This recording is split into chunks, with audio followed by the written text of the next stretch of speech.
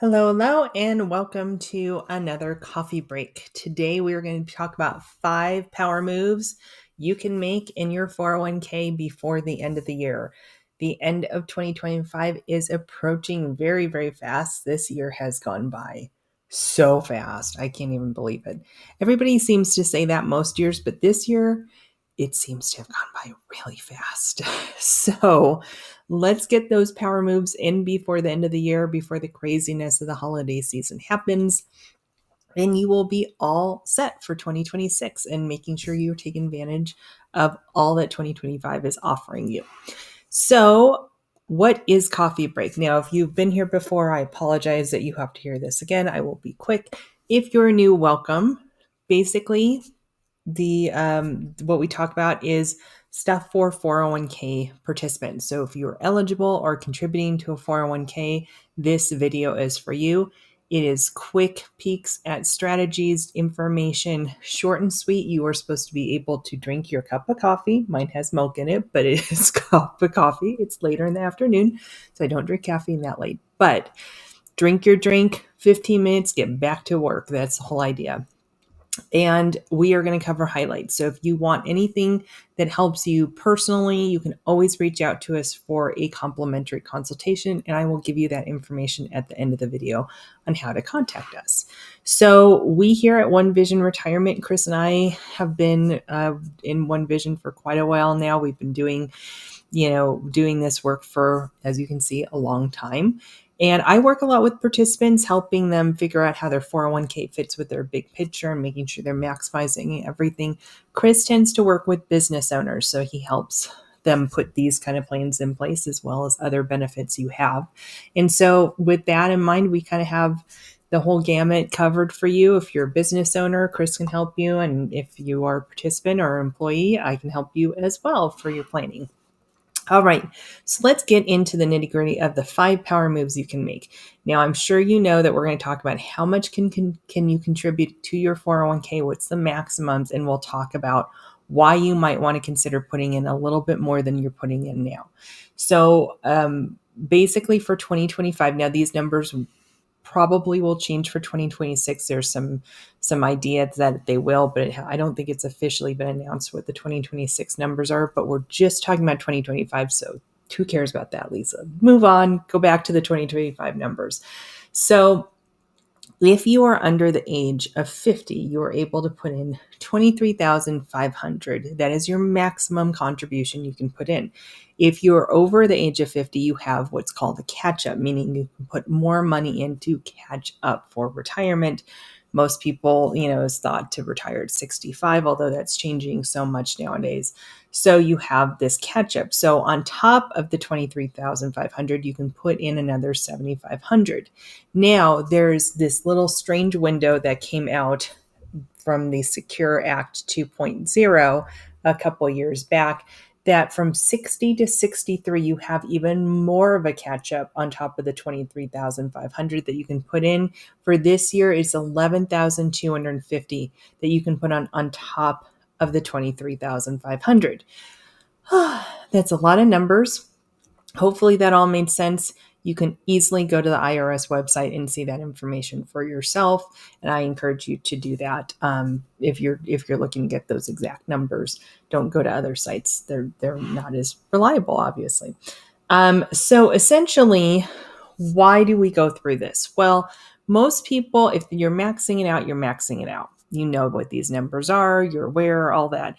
Many people are not maxing out their 401k, which is fine. Sometimes you don't have to in order to get to your financial number that you need to get to financial independence. However, I want to give you a little bit of a challenge.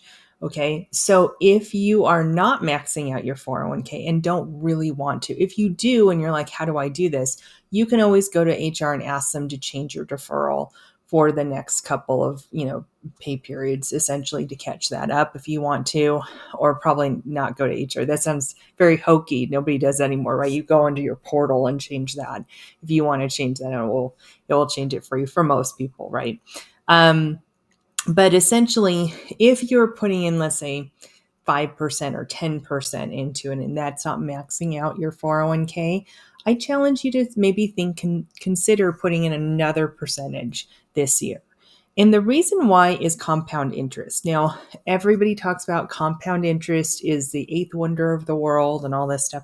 But I think a lot of people don't really understand what compound interest is. And they just say, oh, it's growth, which it is a version of growth. But let's actually go through the definition of what compound interest is. Compound interest is the interest you earn on both your original amount, which is the principal, and the interest that is added every year, right? So the interest is being added and that too is growing. People don't consider that. And so basically, for simple terms, it's your interest on interest, right? So it's growing much faster. So if you can put in a little bit more earlier on, you're going to get that benefit of compound interest. And so try to give yourself a challenge and see if you can put in another percent or two. And is that going to really make that much of a difference for your take home, or do you need that, right? You can get to financial freedom a little faster. Maybe that's worth it to you. Depends, right? Okay, employer match. I'm going to go through this part quickly because most people understand this, but if you are not sure on how this works, basically an employer will give you a match, 3%, 4%, whatever the amount is. So if you put in that amount, they'll match it. And oftentimes there's certain rules like, they put in 100% in the first 3% and 50% on the next 2%. Make sure you understand those rules and how it works for your company, because every company is a little different on how that works. Make sure you're getting your full match if needed. And sometimes people ask me, I've done this commentary in other videos, but some people say, when do they put in the match? When do they not put in the match? I think even just my last video was the one that I talked about this. They have different rules. They don't have to put your match in exactly when you put your contribution, and they have time. They even have time the following year to put in your match. So don't necessarily rely on your match is going to go in right away when you put in your contribution, because that's not necessarily the rules that they're having to follow. But I do think it's interesting if you start a new job partial in the year. How does that match work? And we'll go through it really quickly because it's not going to be everybody obviously watching this, but there's two ways that matches can work for you if you start a new job and are eligible for the 401k partial of the year. They have a partial year match, which happens when your employer matches only the contributions you make while you're actively employed during the year, or a year-end true up. So that's your employer's way of making things right, essentially, if you missed out on part of your match during the year. So those are different ways that match eligibility can start if you are starting mid-year or if you're changing jobs. So keep that in mind. If this is inspiring you, you're not contributing to your 401k, and you say, I'm going to contribute a bit during, by the end of the year, I'll at least go up to the employer match. You can understand how that works a little bit better. Okay.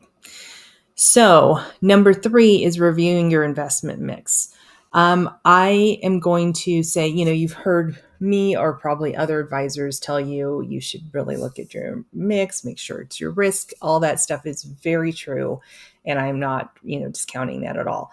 I think the one thing that I am going to say is, so I'm filming this at the end of October 2025, and we've had a very nice year in the markets.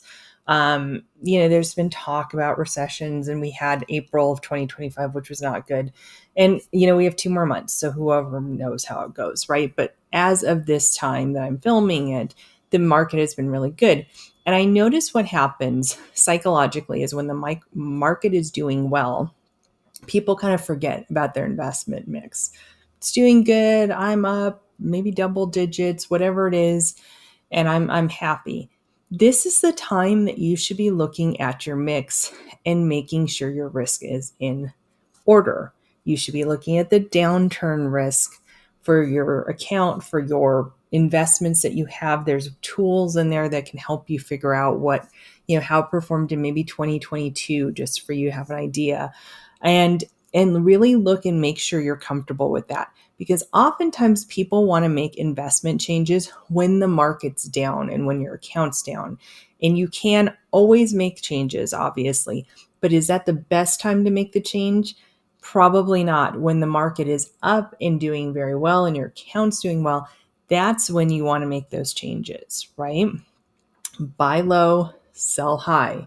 You're going to be selling some stuff to make your asset allocation different. You want to sell on the high side, right? Makes sense. So I'm going to tell you that this is a good time if the market's still doing well. Even if it's not at the end of the year, it's still a good time to look at this. But if the market's still doing well, this is a good time to really look at your allocation mix and make sure it's right for you. All right, number 4, I've gone into this before, so I won't go into it too much. Just make sure you know, do you have the Roth 401k option available to you? If you do, should you be putting some money away? Yes, you don't get the tax deduction now, but you also might benefit from not getting that tax deduction and having after-tax money in retirement. And you want to talk to your tax professional and make sure you're not pushing yourself into a different tax level if you do decide to utilize it. And one thing that people don't seem to realize is that you can split it most of the time. Not every plan, but most of the time you can put some of it in the traditional and some of it into the Roth, your contribution. So you might want to look at different variations of that work for you.